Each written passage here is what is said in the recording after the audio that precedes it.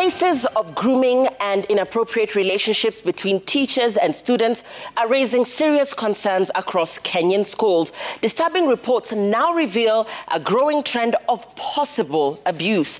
Tonight, we ask, how safe are our children in school? Joining me in studio tonight is Dr. Susan Gitao. She's a counseling psychologist and lecturer. Let's begin with what grooming looks like in a school context.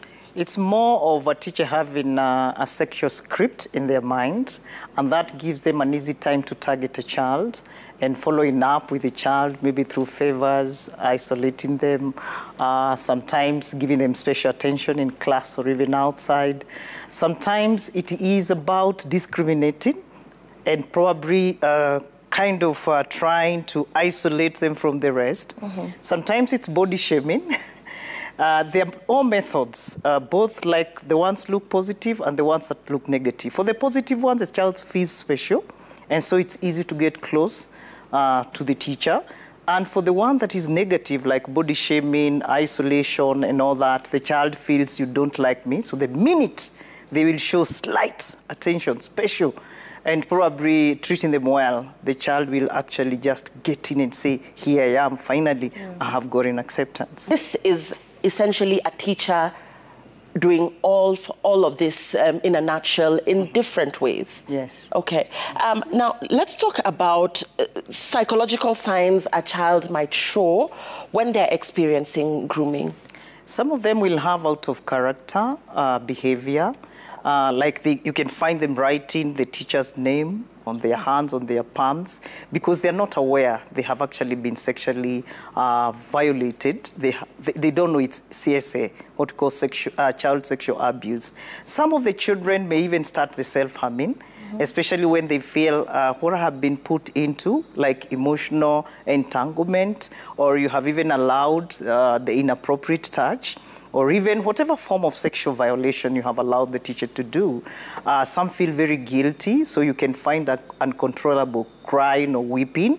Sometimes you may find the children who feel this is special for me, they can actually start even feeling very special in the midst of the others. And sometimes you find the ones who feel this is very unfair, they become highly irritable. And some of them, it could even be vulgar talks.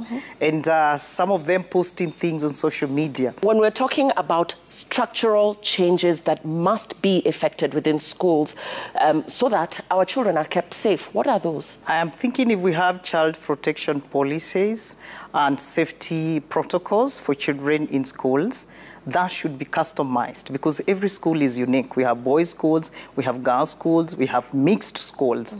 And if you customize depending on the needs of the school, the diversity in that school, then it's easy and for the teachers to actually be educated or trained, or what we call capacity building, so that they are able to identify. The other thing that needs to be done is to believe the child, whether you're a parent or a teacher. Before you even say, that's a rumor, believe them first. That's what we call best interest of the child. And the other thing, don't ignore. Don't say this child likes attention seeking, because that's why sometimes the adult teacher, after controlling, after building trust, the children don't know how to report. And do not take for granted what another child can tell another child to report to you. And you say, who are you? Who told you to represent Lillian, Susan? Yeah? Why is Lillian not coming here? We're seeing cases where victims are reporting this years after the abuse happened. What's that about? I think first it was ignorance of whether this is sexual and gender-based violence, because it is.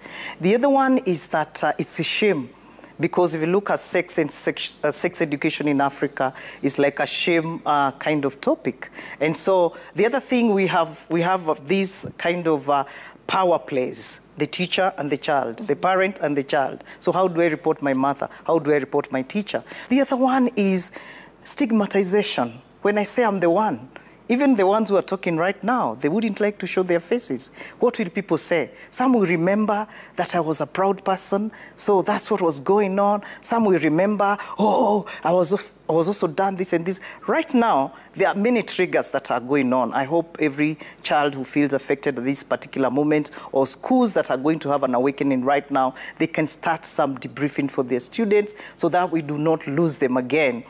because something can be done always lenient. The other thing is wanting to look like there's now no problem here.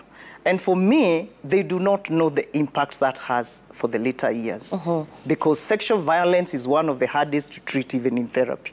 I think the takeout here is that schools really need to do the debriefing and understand that this is a real issue that is prevalent within our Kenyan schools. Great. So I would encourage the leaders of schools. I know some of you are doing your best. Please don't panic. Just know this is a reality, and it's good we have some of us who are bold enough to come out. Just take charge and protect that child, because the long-lasting impact, you might not be happy. And always ask, could that be my daughter? Could that be my son? Thank you. Susan Gitau, thank you so much. She's a counseling psychologist and a lecturer at the Nazarene University. We'll be right back with more. Stay with Friday Night.